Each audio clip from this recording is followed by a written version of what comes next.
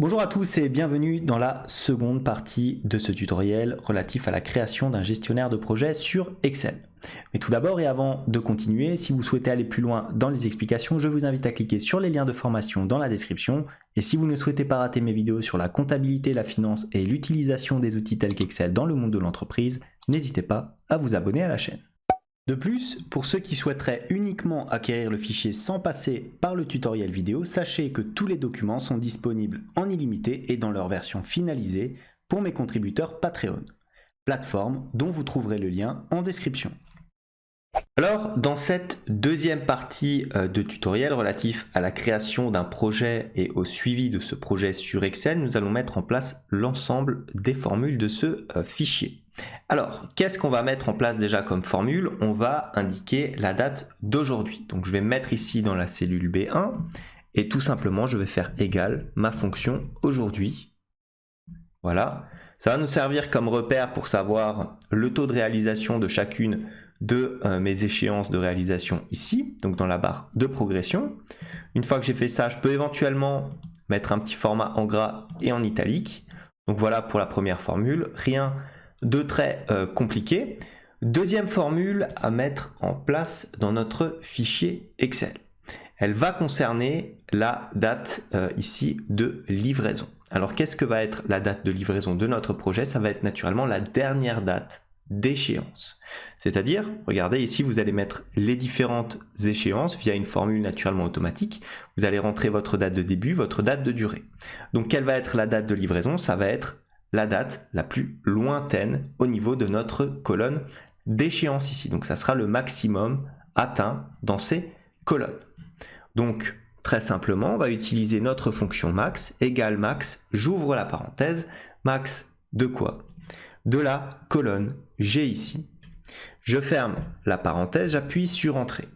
Alors là, il n'y a rien. Pourquoi? C'est tout à fait normal.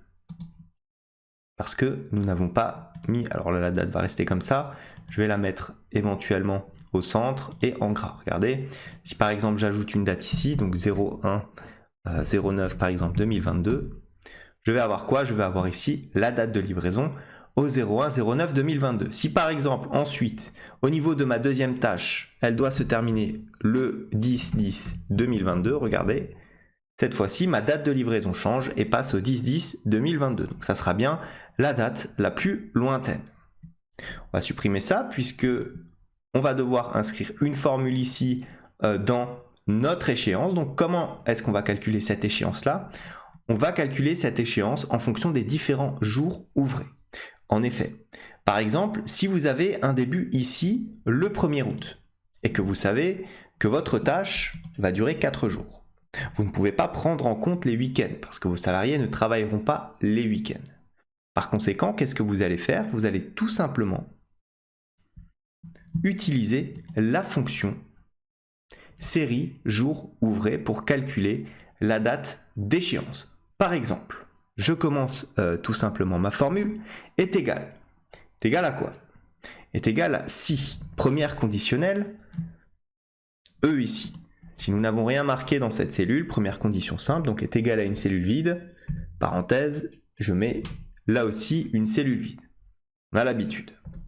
Sinon, si l'utilisateur a bien rempli une information ici, qu'est-ce qu'on va faire? On va utiliser la fonction série point jour ouvré, point jour point ouvré, comme ceci. Et qu'est-ce qu'on va avoir comme paramètre? On va avoir la date de départ, le nombre de jours, éventuellement un jour férié, mais cette fois-ci, on ne va pas les prendre en compte dans ce fichier. Donc, la date de départ, c'est quoi? C'est la date de début ici, donc dans notre colonne de début tout simplement. Le nombre de jours, point virgule, c'est la colonne d'à côté qui correspond ici à la durée, c'est-à-dire F10. Voilà. Ensuite, qu'est-ce que je fais? Je ferme ma parenthèse. Donc là, regardez, on ne va pas remplir la suite avec les jours fériés. Donc, je vais directement fermer la parenthèse 2 fois. J'appuie sur Entrée. Et je me retrouve bien au 5 août ici. On va vérifier par la suite en faisant tout simplement notre planning, à quel jour nous serons. Donc là, on est bien au 5 août. Donc, ce que je fais, c'est regarder. Je fais un petit clic droit ici. Et je vais tout simplement copier cette formule sur l'ensemble des différentes plages de mon fichier. Je fais un petit clic droit, je copie la formule. Voilà, donc l'échéance c'est le 0508 et on a bien une livraison ici au 0508. On va faire une deuxième. Si ensuite je démarre le 0608 2022 pour une durée par exemple de 10 jours, je me retrouve bien ici avec une fin au 1908 2022. Voilà, une fois que j'ai fait ça, maintenant je vais calculer ici la progression. Alors pour ce faire, regardez, je vais déjà sélectionner ma colonne et je vais appliquer un format en pourcentage. Voilà, pour l'instant vous ne voyez rien, c'est normal. Et je vais donc entrer ma formule. Je vais commencer cette formule par un si erreur. Une fois que j'ai fait ça, je tape ma vraie formule, donc si, j'ouvre la parenthèse, si quoi? Si la date d'aujourd'hui. Alors dans cette fonction, on va prendre en compte la date d'aujourd'hui, c'est extrêmement important pour calculer naturellement le taux de progression actualisé à chaque fois que vous allez ouvrir votre fichier.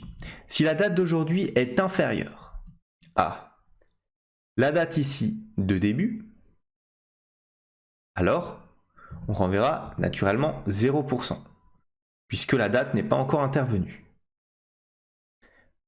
Point virgule. Deuxième condition, si j'ouvre la parenthèse, la date d'aujourd'hui, et là encore, je fige à chaque fois avec des dollars, puisque celle-ci, ce paramètre ne devra pas changer. Donc si la date d'aujourd'hui est supérieure cette fois-ci à la date d'échéance, deuxième condition, alors là, vous avez terminé normalement votre tâche, par conséquent, vous allez mettre 1, c'est-à-dire 100%, puisque ça sera terminé. Dans tous les autres cas, on va calculer donc à chaque fois un pourcentage d'exécution. Comment? Via la fonction tout simplement date diff. J'ouvre la parenthèse.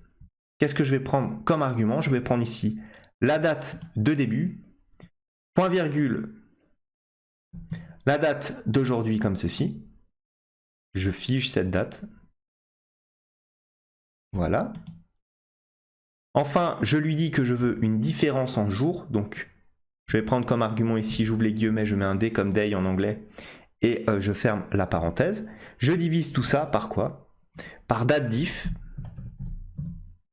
J'ouvre la parenthèse et je prends quoi comme argument? Je prends ici ma colonne E, donc ma date de début, point virgule, ma date de fin, donc la différence, le nombre de jours entre ma date de début et ma date de fin, point virgule, pareil, hein, tout ça exprimé en jours.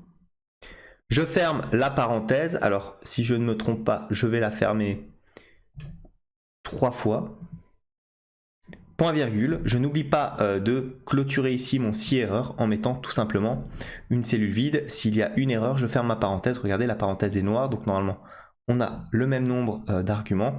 Là, je me retrouve avec une progression de 100%. Pourquoi? Parce qu'aujourd'hui, on est le 8 août et la date d'échéance est au 5 août. Donc effectivement, on aurait une progression ici de 100%. Donc une fois que j'ai fait ça, qu'est-ce que je fais? C'est relativement simple. Je fais un petit clic droit, copier. Regardez pour tous les autres éléments comment ça va se passer. Hop. Voilà. Voilà et voilà. On recopie notre fonction. Regardez, il n'y a rien ici, c'est normal. Là, regardez, pour ma deuxième tâche, on est effectivement à peu près 15%, puisqu'on est le 8 août et que ça a démarré le 6 août et que ça doit terminer le 19 août 2022. Donc au niveau des pourcentages, on est plutôt bon. Maintenant, ce que je vais faire, c'est que je vais naturellement centrer ces différents éléments. Et voilà donc pour les formules de progression. Maintenant, ce que je vais faire, c'est que je vais mettre un planning, disons, automatique. Donc pour cela, premier jour de mon planning, qu'est-ce que ça va être? Ça va être tout simplement le minimum de la date de début ici dans ma colonne.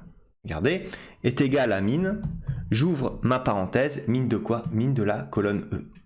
Puisque la première date de mon projet sera forcément la date la plus proche ici de ma colonne de début. Donc j'appuie sur Entrée. Voilà, et j'ai quoi? J'ai le lundi 1er août 2022. C'est bien ce que j'ai ici, le 1er août 2022. Ensuite, pour la deuxième et pour toutes les dates suivantes, ça va changer. Et on va utiliser tout simplement la formule suivante. si, j'ouvre ma parenthèse, si quoi? Si le max de la colonne G ici, naturellement on va figer la colonne G puisque cette formule va être tirée vers la droite.